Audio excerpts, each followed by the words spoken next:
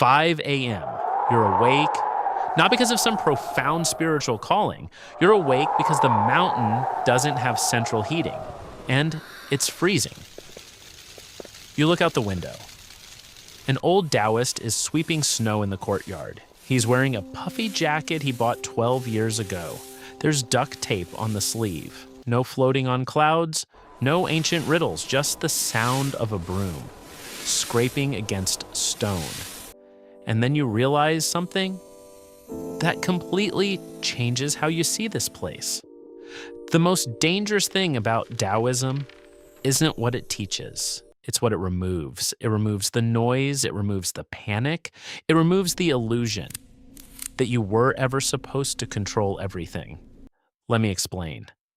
When most people hear the word Daoist, their brain goes straight to the movies, flowing robes, meditating under waterfalls, being perfectly peaceful all the time.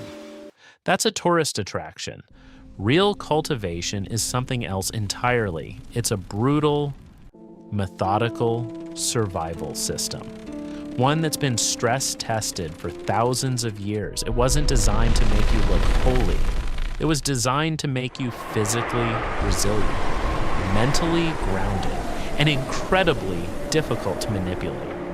In other words, Daoism was never just about escaping the world. It was about becoming the kind of person the world can't easily shake. Here's how that operating system actually works in the real world. Here's a concept. Most spiritual traditions get backward. They tell you to transcend the body, ignore it, rise above it. Daoism says something very different. If the hardware is failing, the software doesn't matter.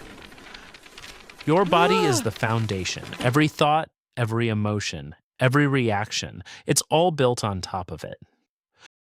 So you start with movement, not magical martial arts, just repetitive, sometimes miserable biomechanics, stance training, carrying water, swinging heavy wood. You don't do it to look dangerous. You do it so the foundation doesn't crack under pressure. Now, let's talk about food. Tourists think Daoists eat simple food because they're trying to be virtuous, or pure, or spiritually superior. The real answer is much less romantic. It's fuel quality. Heavy food, overstimulating food, chaotic eating. All of it changes the rhythm of the body, and if the body is constantly agitated, the mind spends all day cleaning up the mess. So you keep the fuel clean. Not because purity makes you holy, because a simpler body is easier to govern. But here's where people get confused, especially when it comes to Zhengyi Daoism, one of the most practical branches of the tradition. Let's say you've spent 6 hours repairing a collapsed roof in freezing rain, and somebody hands you a bowl of hot meat stew. You eat it immediately. Not because you lost a battle with temptation, not because desire won, because the body needs calories, the body needs density, the body needs heat. No guilt, no philosophy, just survival. That's the part people misunderstand. It isn't fragile purity, it's practical adaptation. Eventually, your physical limits start to shift. You learn Bagua, the 8 trigrams, to the outside world. It's a mystical compass. To you, it's an engineering diagram for kinetic energy. You learn how to absorb impact, redirect force, and work with gravity instead of fighting it. But then comes the most important lesson. You walk out into the courtyard and stare at a broom. You try to move it with your mind. Nothing happens. You try again. Still nothing. And eventually, you realize something. You have no magic. You cannot impose your will on the external world, but you gain something infinitely more useful, a profound internal resilience. You can't control the world, but the world has a remarkably hard time breaking you. And slowly, That physical resilience starts rewriting your mind. You stop mistaking discomfort for danger. You stop treating every interruption like an emergency.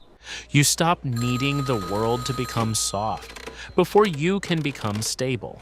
A devout tourist comes to the temple, he draws a fortune stick, and somehow gets the worst possible result.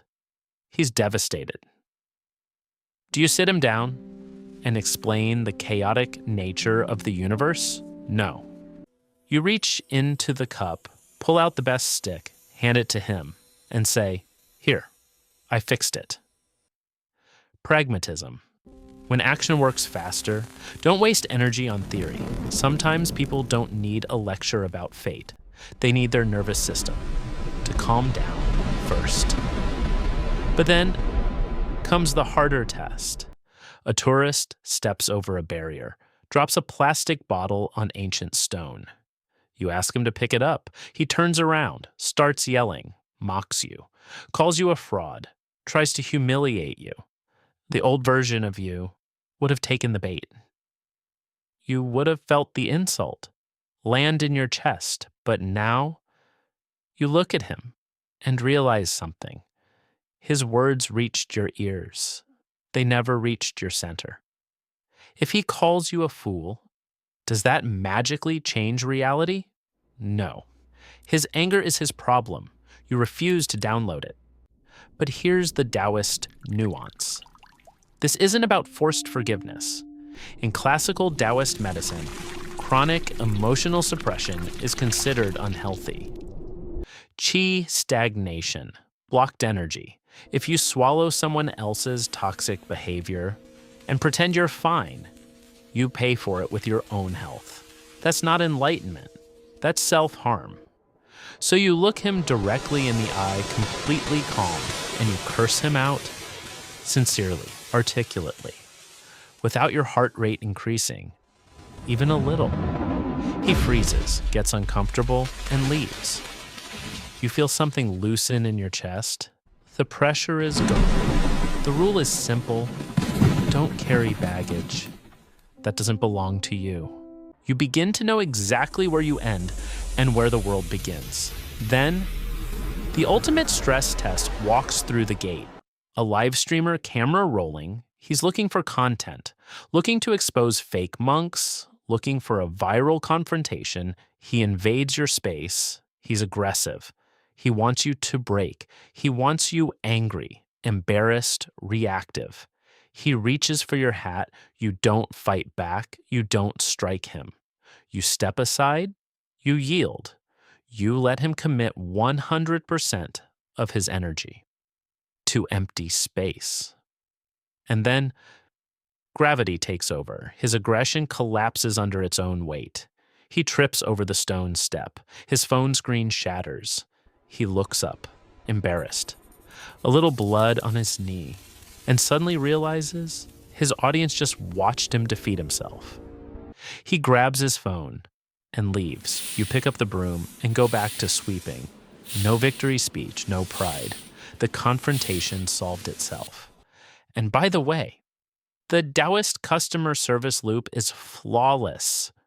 You won't listen to reason? Fine. I know how to yield until you hurt yourself. You accidentally hurt yourself? Conveniently. I'm trained in traditional medicine, and if the medicine isn't enough, well, I know feng shui. I'll help your family pick out a great graveyard. Late at night, back in your room. No dopamine hit, no adrenaline crash.